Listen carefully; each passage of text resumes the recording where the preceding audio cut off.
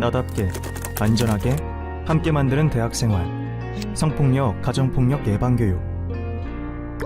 젠더 기반 폭력 1. 성폭력과 성희롱의 개념을 어떻게 알고 계시나요? 우리 사회에서 두 개념은 서로 다른 현행 법률이 적용되고 있지만 사회적으로 부여된 여성성과 남성성, 즉 젠더를 바탕으로 약자에게 가해지는 젠더 기반 폭력이라는 점에서 같은 맥락 위에 있습니다. 이제 성폭력의 개념부터 살펴보도록 하겠습니다. 좁은 의미에서 강간이라고만 생각하는 경우가 많지만 넓은 의미에서 성폭력은 성적 언동에서부터 강간까지를 포함하고 있습니다. 성희롱의 개념을 이어서 살펴보겠습니다. 성희롱은 성적 괴롭힘, 즉 섹슈얼 허래스먼트가 번역된 말로 권력관계의 불균형으로 인한 성적 괴롭힘을 뜻합니다. 성희롱의 유형은 크게 언어적 성희롱, 시각적 성희롱, 신체적 성희롱으로 나눌 수 있습니다. 그럼 성폭력의 정의에 대해서 자세히 알아보겠습니다.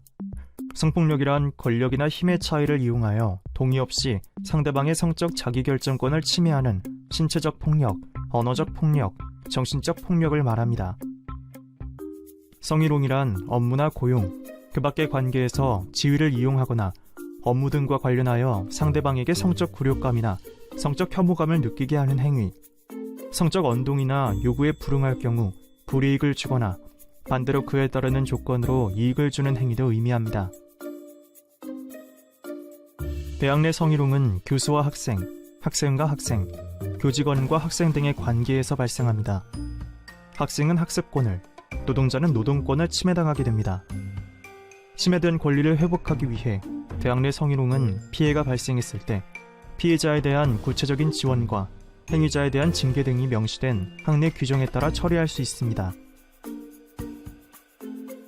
성희롱은 성폭력과 표현과 개념이 다르고 적용 법률도 다르지만 불평등한 젠더 구조에 의해 발생하는 폭력이라는 점, 그리고 상대방의 의사와 무관하게 상대의 성적 자기결정권을 침해한다는 점에서 동일하게 성폭력의 문제라고 할 수 있습니다. 많은 경우 성희롱을 참고 넘어가는 사람들이 많습니다. 상대적 약자의 경우 보복에 대한 두려움 때문에 거부나 거절 의사를 표시하기가 어렵기 때문입니다. 학생의 경우에는 성희롱에 대한 문제 제기를 할 경우 오히려 본인이 비난을 받거나 학업에서 불리해지는 등 2차 피해를 입을까봐 참고 넘어가는 경우가 많습니다. 그렇다면 문제를 제기하면 공동체는 어떻게 대응해야 할까요?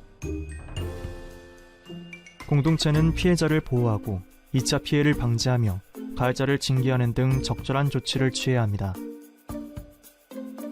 하지만 안타깝게도 지금까지 많은 공동체는 그러한 역할을 제대로 수행하지 않았기에 신뢰를 잃었고 많은 피해자는 피해 상황을 해결하지 못하고 있습니다. 공동체가 권력이 없는 구성원들의 인권 침해를 돌보지 않고 있었던 것이죠. 상대방에게 성적인 괴롭힘을 가하는 가해자의 문제인 동시에 이 문제를 해결할 의지가 없었던 공동체의 문제이기도 합니다. 혹시 아직도 성폭력과 성희롱은 나와 관계없는 이야기로 느껴지나요? 튕긴다. 같은 여자끼리 왜 그래? 같은 남자끼리 왜 그래?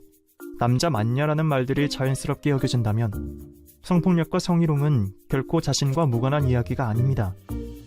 이러한 일상 속 가부장적 통념과 여성에 대한 편견은 폭력을 정당화시키는 기제가 됩니다. 상대방은 여러 가지 상황상 정확하게 의사표현을 하지 못할 수도 있습니다. 거절 의사를 밝히는 경우 혹시나 보복을 당할까봐 두려움을 느끼는 경우도 있을 수 있습니다. 이 점을 우리는 꼭 인지해야 합니다. 또한 상대가 아무런 의사표현을 하지 않았다고 해서 동의하는 것이 아닙니다. 상호 평등한 관계에서 상대가 안전함을 느낄 수 있는 환경에서 분명하게 상대에게 의사를 묻고 상대의 의사를 존중해야 합니다. 어렵게 거절 의사를 표시했다고 하더라도 튕긴다며 여성의 거절을 거절로 받아들이지 않는 문화가 여전히 존재합니다. 만약 상대가 거절했다면 상대의 의사를 확인했으니 상황을 종료해야 합니다. 마음대로 상대의 거절을 해석해서도 안 되며 거절을 이유로 상대에게 분노할 이유도 없고 해서도 안 됩니다. 당신의 분노는 상대에게 위협이 됩니다. 같은 여자끼리 어때? 같은 남자끼리 어때라는 것은 존재하지 않습니다.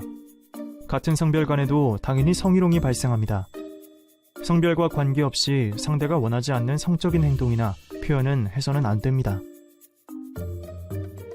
여성의 신체를 품평하는 문화는 또 어떤가요?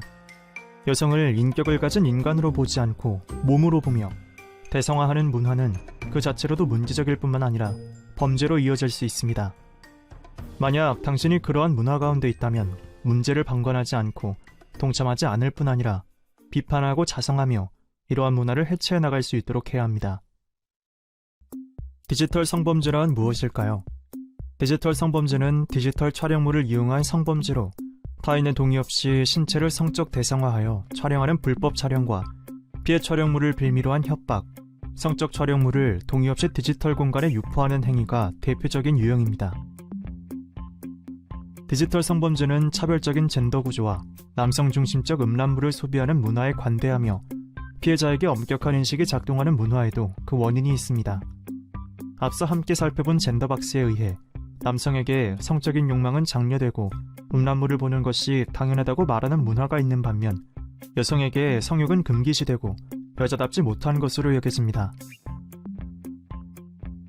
남자라면 성욕이 있어야지, 여자라면 처신을 잘해야지와 같은 성고정관념은 성욕에는 사람에 따른 차이가 있다는 사실을 부정하고 성별에 따른 차이로 단순 치환할 뿐만 아니라 성을 매개로 한 관계에 있어 남성을 주체적인 위치에 두며 여성을 수동적인 위치에 둡니다.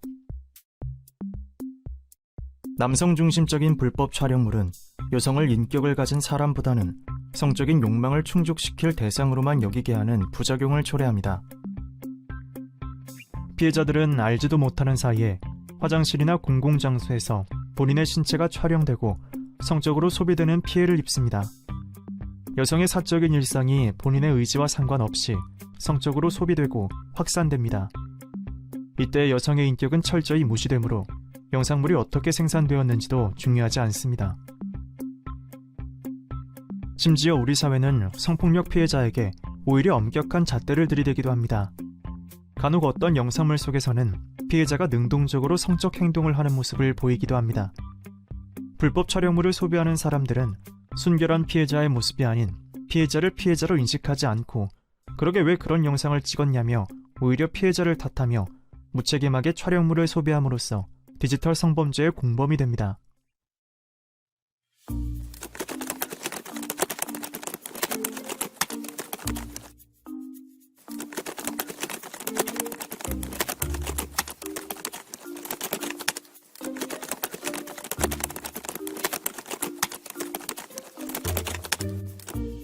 이 내용은 대학 내에서 발생한 디지털 성폭력의 사례입니다.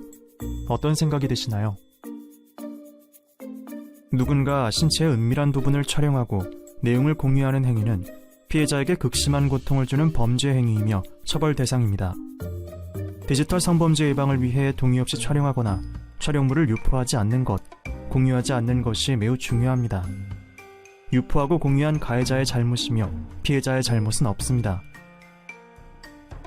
사회적으로 납득할 만한 피해자인지 평가를 하는 잘못된 문화는 기본적으로 가부장적인 문화의 근거에 작동합니다. 여성의 성적 평판을 남성이 결정하는 사회에서 순결한 피해자인 동시에 피해자다운 모습을 보이지 않는다면 어떤 여성이든 보호해야 할 여성에서 배제됩니다.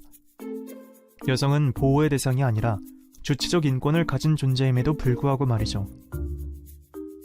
이러한 프레임은 피해자가 피해를 회복할 기회를 상실하게 만들 뿐 아니라 피해를 확대시킵니다.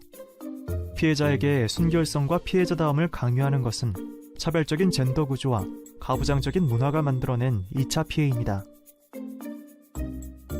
구조와 문화가 만들어낸 피해자다움과 순결한 피해자 프레임은 우리의 무의식 속에 있습니다. 자신이 이 프레임을 가지고 피해자를 평가하고 비난을 하고 있지는 않은지 점검하고 반성하며 항상 경계해야 합니다. 불법 촬영물을 소비하는 것은 디지털 성범죄에 동참하는 것입니다. 불법 촬영을 하지 말고 촬영물을 빌미로 협박하지 않으며 상대의 동의 없는 유포를 해서는 안 됩니다. 또한 불법 촬영물의 시청을 거부하고 문제를 제기해야 합니다. 불법 촬영물을 촬영하고 유포하는 행위는 명백한 범죄입니다.